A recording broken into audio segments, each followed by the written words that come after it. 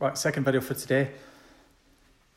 So, as you can probably tell from my accent, I'm not from the USA, but I do stay in the USA. Now, one of the things that there's a bit of an issue for me as UK, living in the USA, firearms are not easy to come by, and firearms are not necessarily legal for us. So, I've got to think of a little bit more innovative ways of protecting my house when someone could be coming in with a firearm.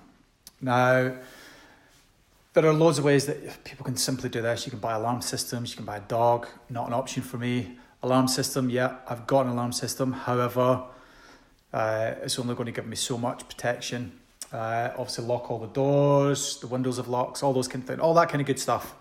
However, what that doesn't prevent is someone, once they're in the house, getting upstairs to me, or worse still, to my children. So there was something I was thinking about the other day.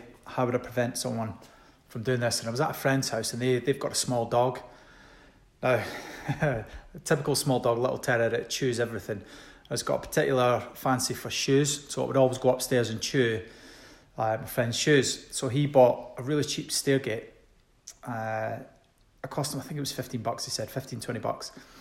But he uses that, but not in the way you would think. And I'm going to show you, I'm going to talk you down something and just show you how this can actually help you. Now, I've got young children, so I've got a stairgate anyway. So what I'm going to do is, hold on, I'll just flip this around.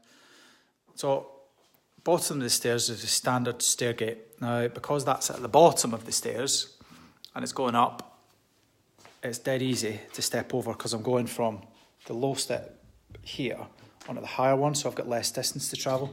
So to step over it is really easy. My son, he's approaching 6 and he steps over it all the time. So I had to think of another way. I was like, that's not going to stop someone if they come in the house. If they want to get upstairs, they're going to get upstairs. I'll maybe delay them a second or two at a push.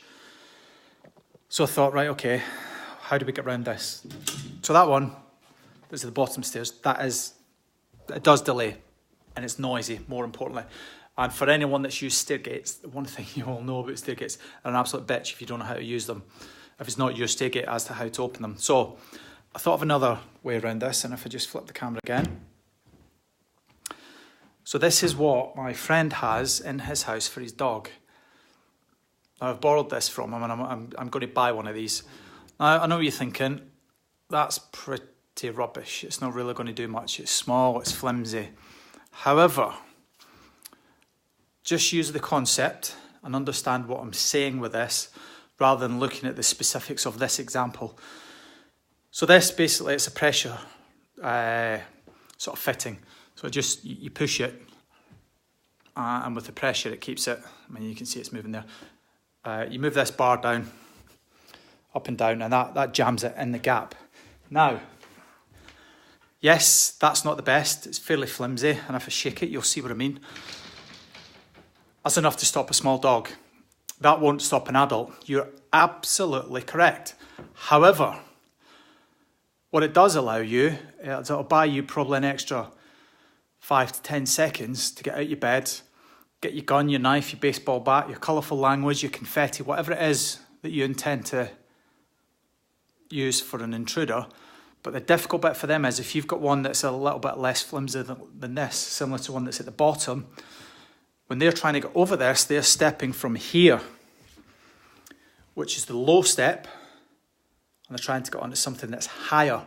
So that effectively increases the height of that gate by about a foot, which makes it particularly difficult to go over. Now, I'm 6'2", I can just go over this, and it's a bitch. I've got, like, literally one ball here of a gap in between to go over that, so I can go over it. But this is my house. I know that gate's there. I know the way to get over it. If this was something that was actually properly fitted, like a normal big stairgate, then I'm guessing for someone that's an intruder, they're going to struggle with this a little bit more.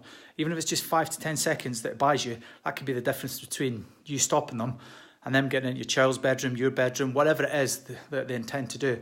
That could be the difference from stopping that. So I just want to share that with you. And I think if you're going to buy a stairgate, you're going to put it anywhere. Put it at the top of the stairs because it's a lot more difficult to go over.